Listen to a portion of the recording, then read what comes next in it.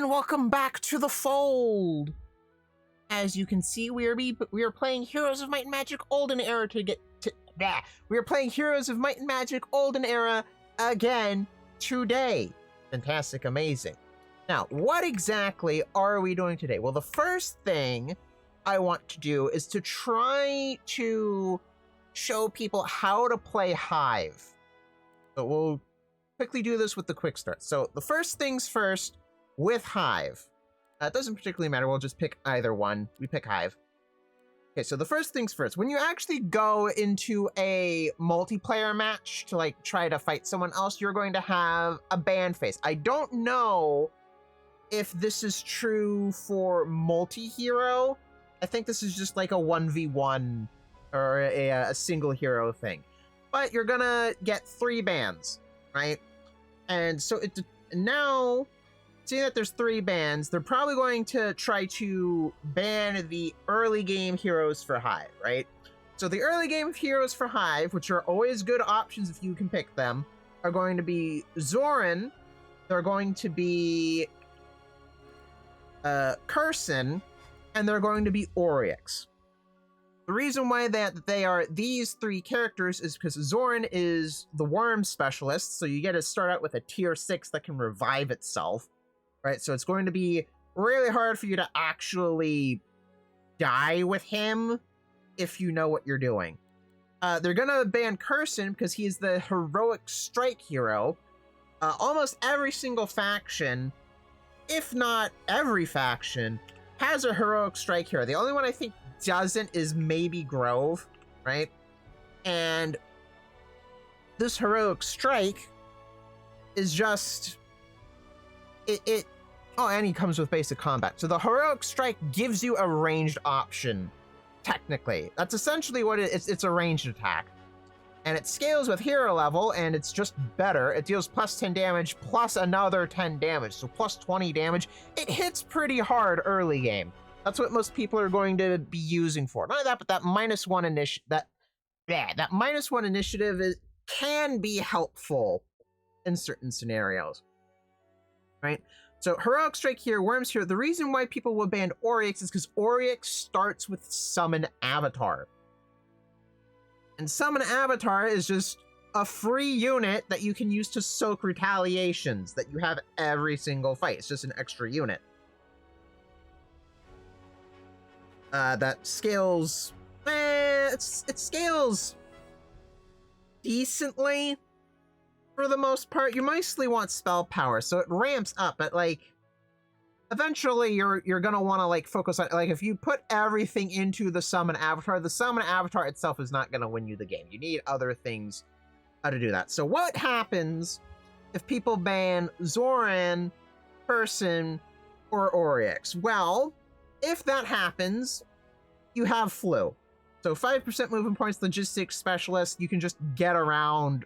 You can do way more stuff by running around all over the place, right? Because you just have more movement.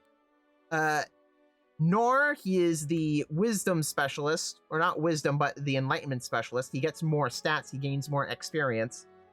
I actually think every single faction has this guy. You pick him for late game stuff. He's not particularly good early game, but his stats get ridiculous very quickly.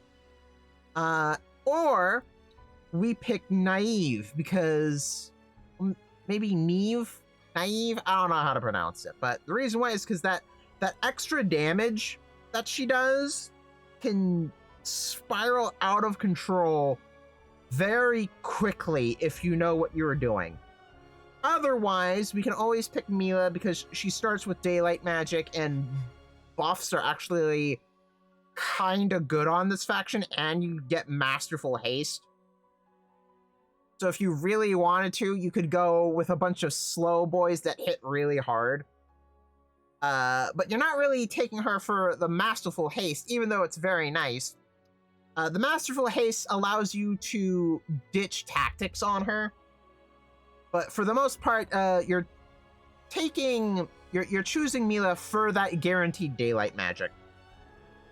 And then finally, we have Maelstrom, because he is the Reaver specialist.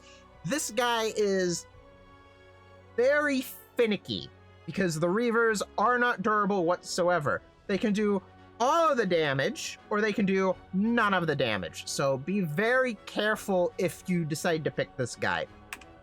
So for an example, so it doesn't exactly matter which one of these heroes you pick. Each one is going to have a different starting strategy. If you use Zoran, if you use Curson, if you use Oryx, you're mostly going to just be relying on what they have, right? So with Oryx, you use the Avatar. With Curson, you use the Heroic Strikes. And with Zoran, you're going to be using the Worms. Now for everyone else has to play a bit differently, and that's what I'm going to be trying to show you guys today, okay? So you can do this strategy as well with Zoran, with Curson, with Oryx, but you don't have to, right? It just makes your early game more comfortable than otherwise, because there is a lot of bleeding of troops that Hive has.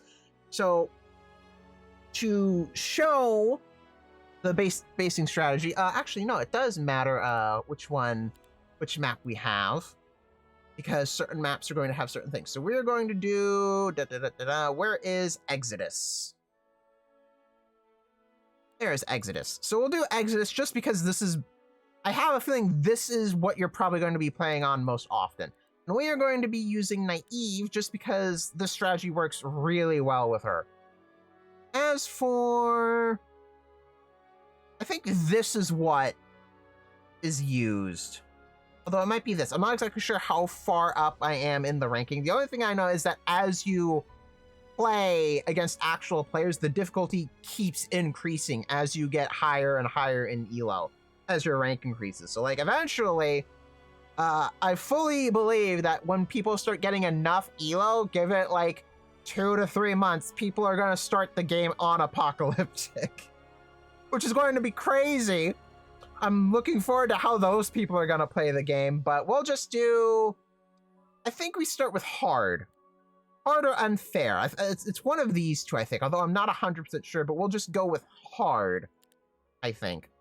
Okay, so what are you going to be doing on an Exodus load up?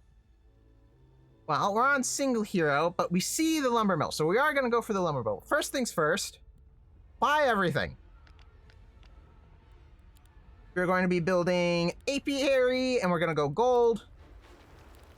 We're going to be going apiary, and we're going to go gold as well. And the reason why you want to do this is because you want to get as much money as possible, okay? Because you're going to need it. The hero's movement points, well, we don't need that at the moment. We can see what's in here. Well, at the moment, I shouldn't be going on about that is the mercury fissure. So you'll want to get your wood, and you'll want to get your ore. There's another wood. Where is the ore pit? Interesting.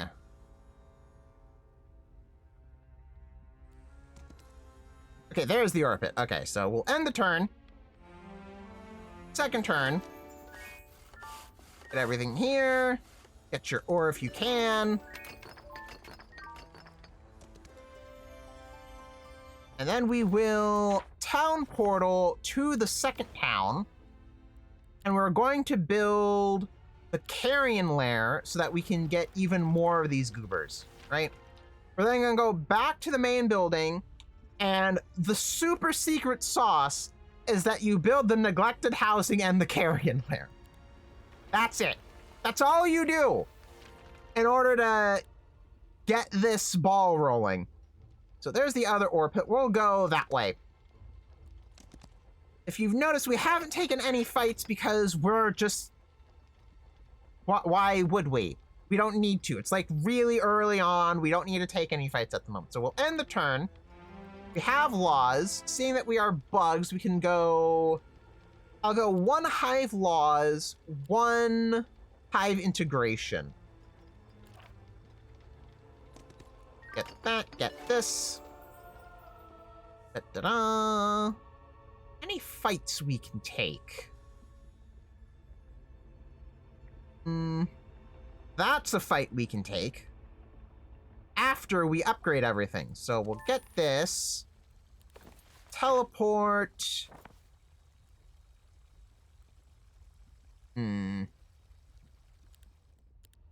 We'll get the second carrion lair. And we'll get a bank.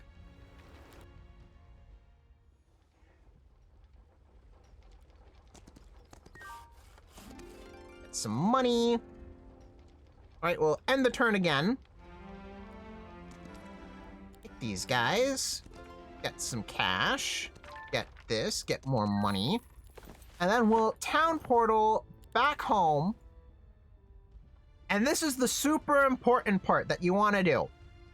You're going to get 2 1-stacks of both the parasites and the locusts. We're going to have the main power stacks both be the Vanguard upgrades. So Hive Mind Vanguard, Hive Mind Vanguard. And the reason why is because these are your damage options. Not only are they your damage options, these are also the faster of the 2 options, right? So you go from a movement 5 to a movement 7. If you went with the Nest Protector, you'd only have a movement 6. So this allows us to hang back more often and just like run in and hit them first because we have a larger threat range. This effectively gives us a threat range of 8 instead of a threat range of 7 instead of a threat range of 6, right? The Hive Parasites get an additional 2 threat range because of their long reach, right? So these guys have a threat range of 7, and they can hit over minor structures. These guys only have a threat range of 6. These guys only have a threat range of 5, but the Parasites have the exact same movement as Grave Robbers. And if you play Necropolis, you will know that having a stack of Grave Robbers is very painful to use because of how slow they are. Yes, they hit hard, but they're incredibly slow, so they're hard to use. So you want to get that speed up. The speed is very helpful. Anyway, why are we making these 1-stacks like this? Because when you look at Vanguard, at the start of battle, for each other unique Hive creature in the army, this creature's attack is increased by 1. Whenever this creature kills an enemy, it generates 2 focus points. We don't care about this second part about whenever we kill a creature. What we care about is that the attack stat increases by 1 per unique Hive creature in the army.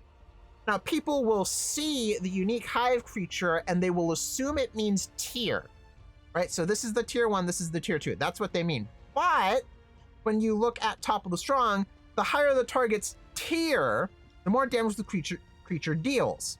So tier and creature are 2 distinct categories. What does that mean? It means that if we do this, Ravager Parasite, when we go into combat, because it's not going to tell us this only activates in combat, that and we don't get the stats from our hero until we get into combat, we are currently going to be getting 1, 2, 3 extra attack. Because this is a different creature from this. Even though they're both parasites, this is a parasite, this is a Ravager Parasite, they're different creatures. So you'll actually activate the Hive Mind effect, right? So we want these on the Harvesters, and we want this one to be an Overgrown, and we want this one to be a Warden. And right off the rip, day 4, we have maxed out our Hive Mind bonus. We're getting +6 attack just from having these 1-stacks. And we'll go with... We have no crystals. We should go crystals because of how greedy this town is for crystals. And we'll go with a Mage Guild and a marketplace. So we now have magic as well. Fantastic. All is right within the world. So yeah.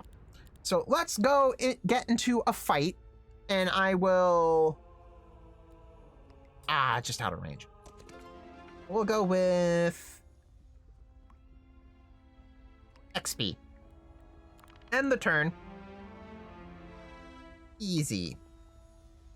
We should be able to actually just kill these goobers. Battle. So I'm pretty sure the ghouls will spawn somewhere down here. Although I've never actually gone into this, where it only spawns skeletons and the ghouls. So I actually don't know where the ghouls are gonna be. Okay, so ghouls are here.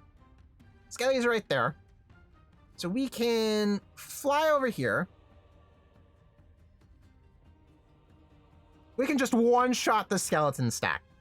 We specifically want to move here. That way we're out of range of the ghoul. Because if we go here or here, well, that borders this yellow line, right? And that means that they can melee us. So we'll just one-shot these guys. Right? These guys can just go here. I can kill 11 to 15 of them. But I'm not guaranteed. I'll actually move these locusts out of the way. Because I actually want these guys to die. Because I can get another one stack of these guys fairly easily. They die, so we get even more points. And that's going to allow me to place down a basic swarm. Or I can heroic strike. Heroic strike kills one.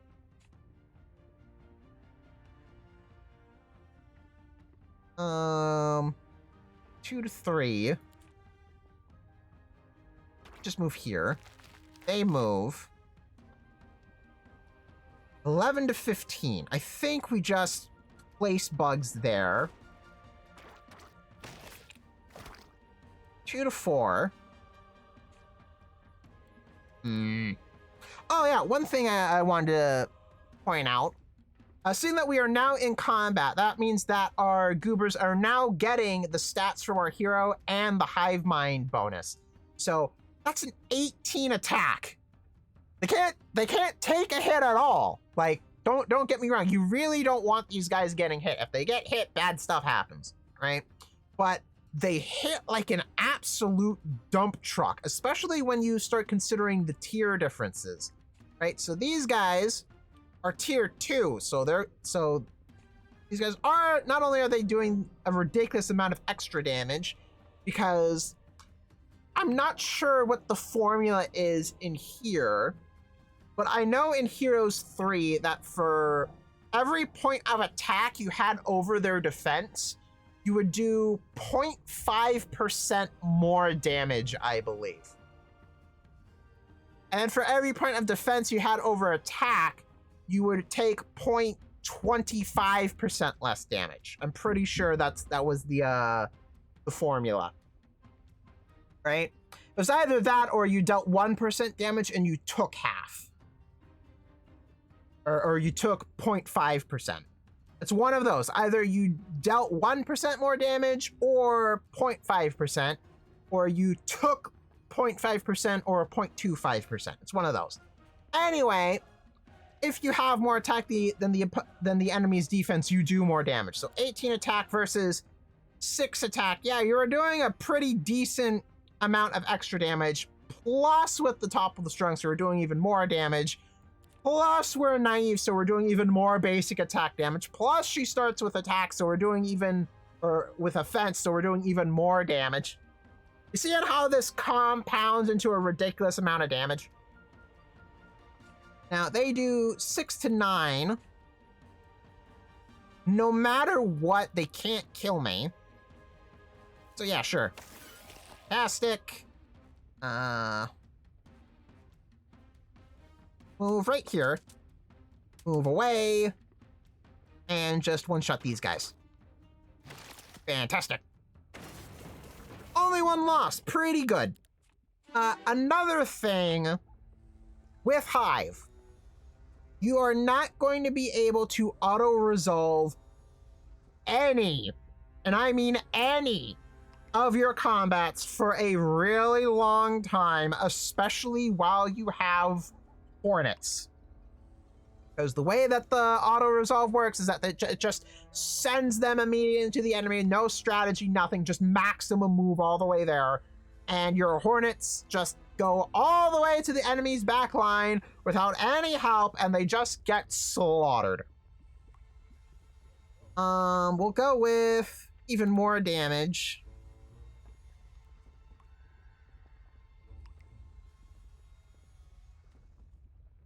Now, if we choose archery, this would be helpful for the parasites, but we kind of want to go battle march because while we don't have many ways to use focus right now, at the moment the only thing we have is heroic strike, the only thing we have is the larva, and we only have the locust ability that allows them to jump and eat a corpse.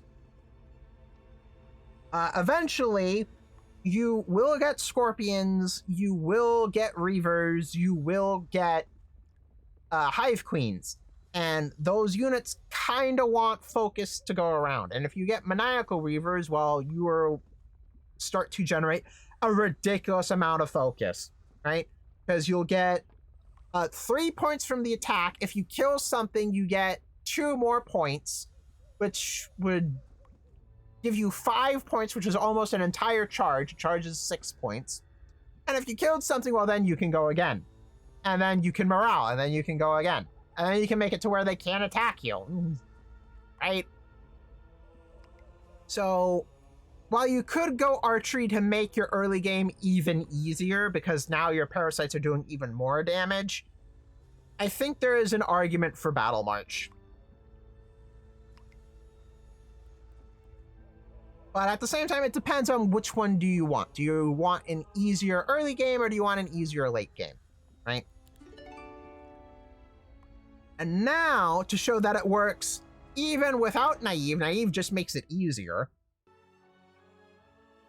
Right, so let's say they banned Naive. Well, if they ban Naive, that means that either Zoran, Curson, or Oryx is unbanned, right? So no matter what, you always have a hero that you want to play as, right? You either have Oryx, you either have Curson, you either have Zoran, you either have Naive, or you either have Flu. The reason why you want Flu is because that +5 movement is ridiculous. And you start with the logistics. There's a lot of extra stuff you can do with that movement that your opponent will not be able to do, right? But all of these are combat. This one's a movement. This character has no bonuses to combat whatsoever. So let's use this character to see if this works. Right? If my Giga Brain strategy works with a character that gives me no combat bonuses whatsoever.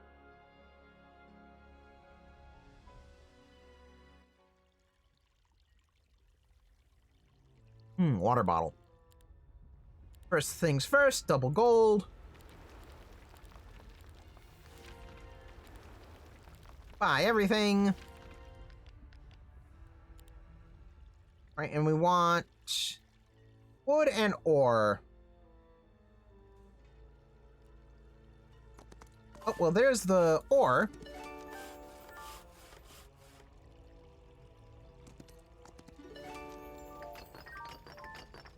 Fantastic. And we'll go with XP. Advanced logistics. Go with strong mounts, because eventually that is what you're gonna want. And we'll town portal all the way to our second town. Ooh, nice. Lifeblood Fae. End the turn. Second town. Buy the locusts. Buy these guys. Upgrade the neglected housing.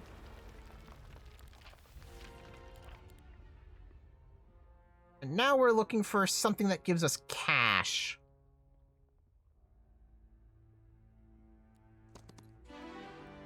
Summon Avatar.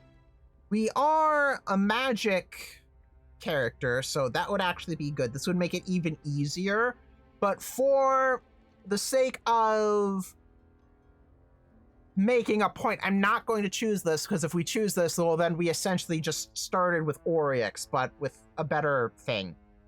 So we'll go with Expert Logistics.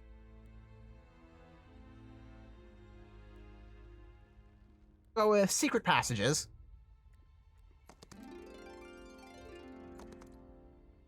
There's some gold.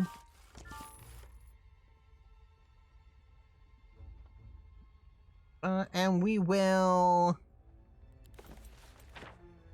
Town Portal... Back home to end the turn. Get combat. Get Hives of Low. Notice on how we're always getting this on day 3, by the way. You can always get that +1 combat. Get the Carrion Lair. 1, 2, 1, 2. Upgrade these into them. Upgrade these into these guys.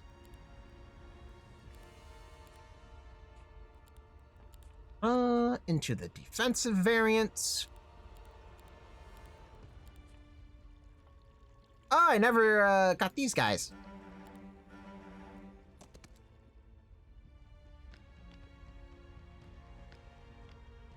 Ooh.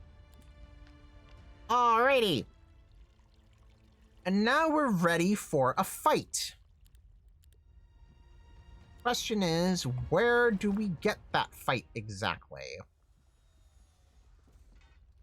That says it's easy. So let's try there. Another ore pit.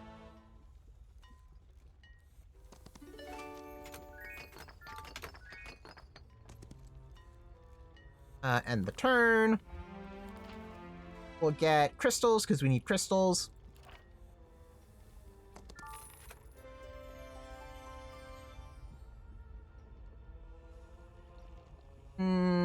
Okay. And what do we need gems for? Do we need gems?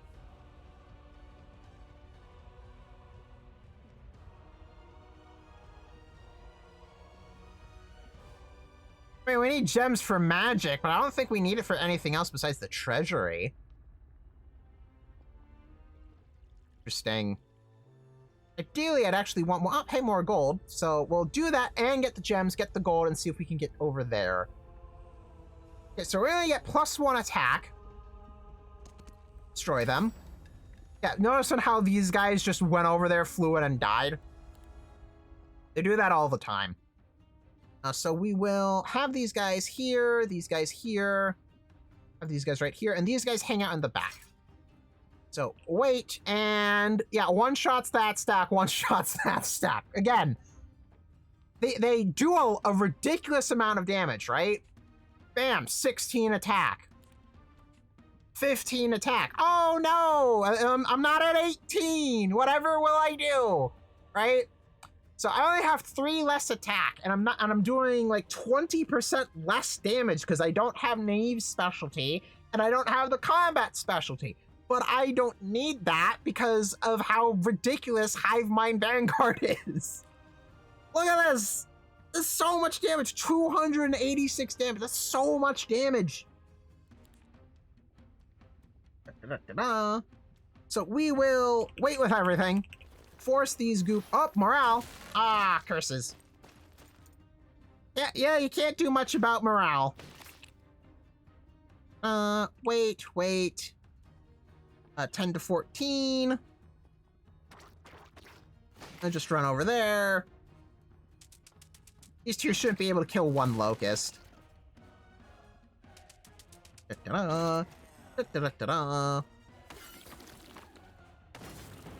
So, unfortunately, we lost some because of morale, but you can't exactly predict morale, right?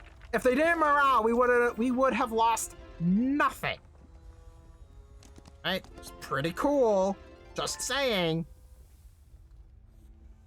Now, we can do this probably, but... We'll go double bank. Just to try to get as much money as possible. Seeing that we went double bank first, for this one we would go law points, and for this one we would go astrology. That way we're getting an extra 1,000, because 500 plus 500 is 1,000. We get an extra 1,000 of each stat. So let's try... You know what? Yeah, let's try actually going for that. We will end the turn. Get another attack, actually.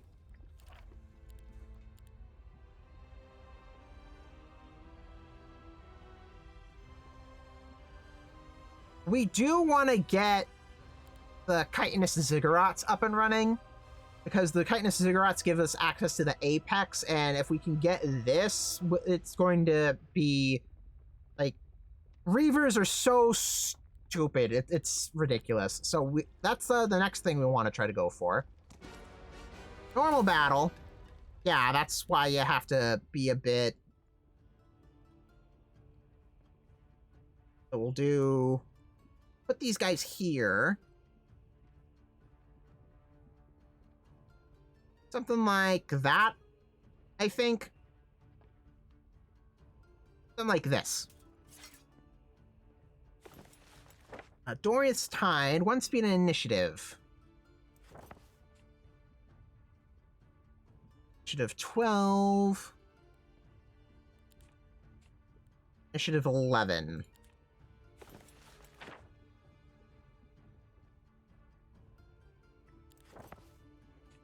Well, 8 is only 7. It's still going to be able to cross the field. We just have to defend with everything. Yep, takes out those guys. Wait. Get the retaliation from them.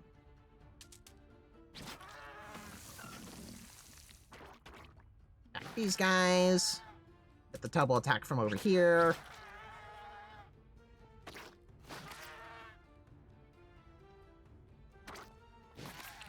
And this should chunk. Yeah, this is going to kill 4 of them.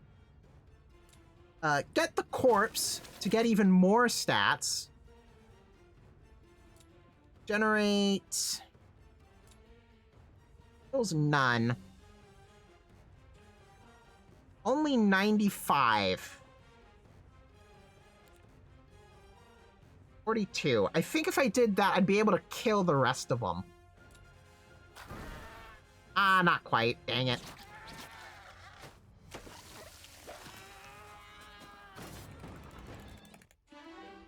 We'll go with Advanced Swarm, +1 fire damage, bunch of money.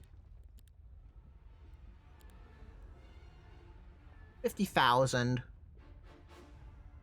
I want the ziggurats.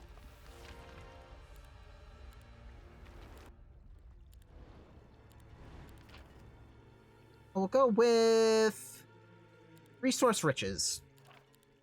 Hope I still have movement. Okay. Money, money. More of these guys. More money. All the cash. I don't have enough cash. We will town portal back up here to get these guys.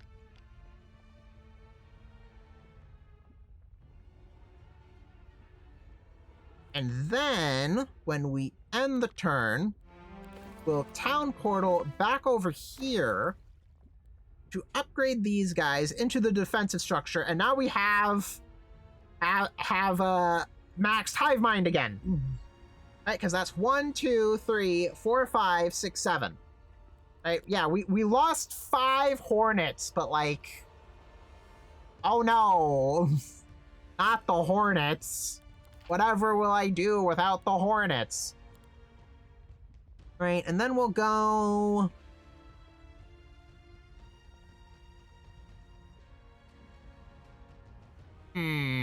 Oh, you do want to get this, Elite Locusts. You want to get this really early on, because this will make your Locusts absolutely ridiculous. Because they'll go from speed 7 to speed 9. Which is absolutely horrific, because that means they can attack things on the opposite side of the map if there's no barriers in front of them.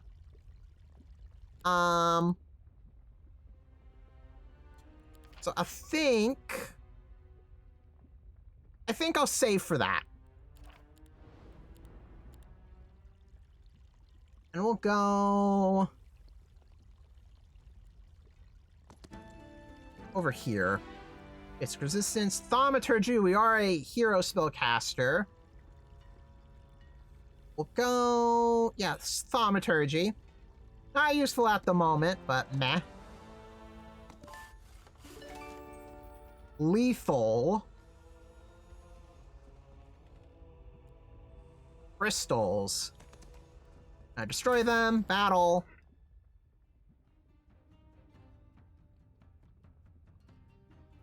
Oh, I didn't upgrade these guys to go into the power stack. Kills 28. Force them to move up.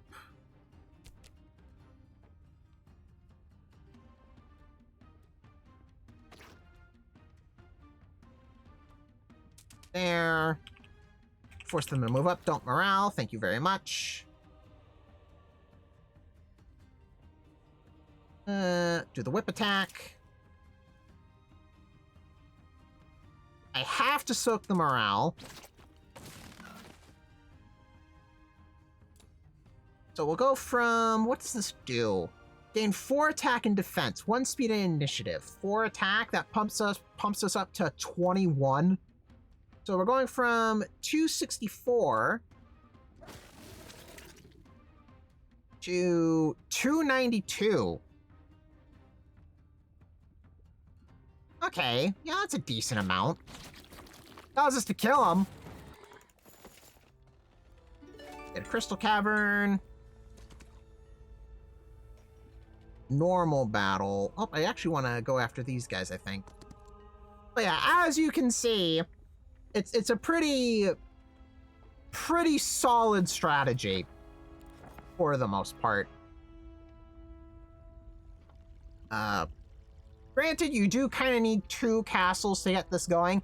In the event you didn't have 2 castles, you would just immediately go for the neglected housing and the carrion lair in that order. And the reason why you would do that in that order is, like I said earlier, these guys have the movement of a grave robber with none of the punch. Right? So you want to make the parasites as usable as you want to make them usable as quickly as possible. Because if I try to do this fight with normal parasites, they have a speed of 5. The parasites have a speed of 3. What this means is that I will never actually be able to get the first hit on the sun's Aegis, right? Because an initiative of 5, initiative of 6, initiative of 4. Yeah, they'll always be, wait, maybe I'm thinking of the Captain's Guard. No, because I could have sworn yeah, because they have higher initiatives, so they wait, like, right outside of the range, right? I can't hit them. I can't go in without getting hit, so I have to just defend, and then they get a double move and hit me first. Right, so you really want to get these guys up and running as quickly as possible into Ravager Parasites. Hive is so much harder to play when you do not have the speed or the power that these upgrades give you. Okay? Once you have these, you can now very easily just steamroll everything early game. You will take some losses because, well, we high rolled and got a very well guarded Morea's altar. Normally they only have 3. I've yet to actually seen a 6 Coatl stack. And morale, right? You can't do much against morale, and sometimes you're just lucky, depending on how you look at it. You're both lucky and unlucky, because the more guards guarding a creature bank, the more stuff you get once you win. But they're also harder to kill, and they do way more damage, so again, it depends. But yeah, I just thought I would teach everyone the ways on how not to make Hive garbage. My voice is already murdering me. But yeah, that's all I really wanted to do today. Yeah, fantastic. Very short stream, but it is what it is. But yeah, if you enjoyed your time today, consider doing the viewer things. Follow, share, check out my Twitch panels. And I will see you all next time. Goodbye.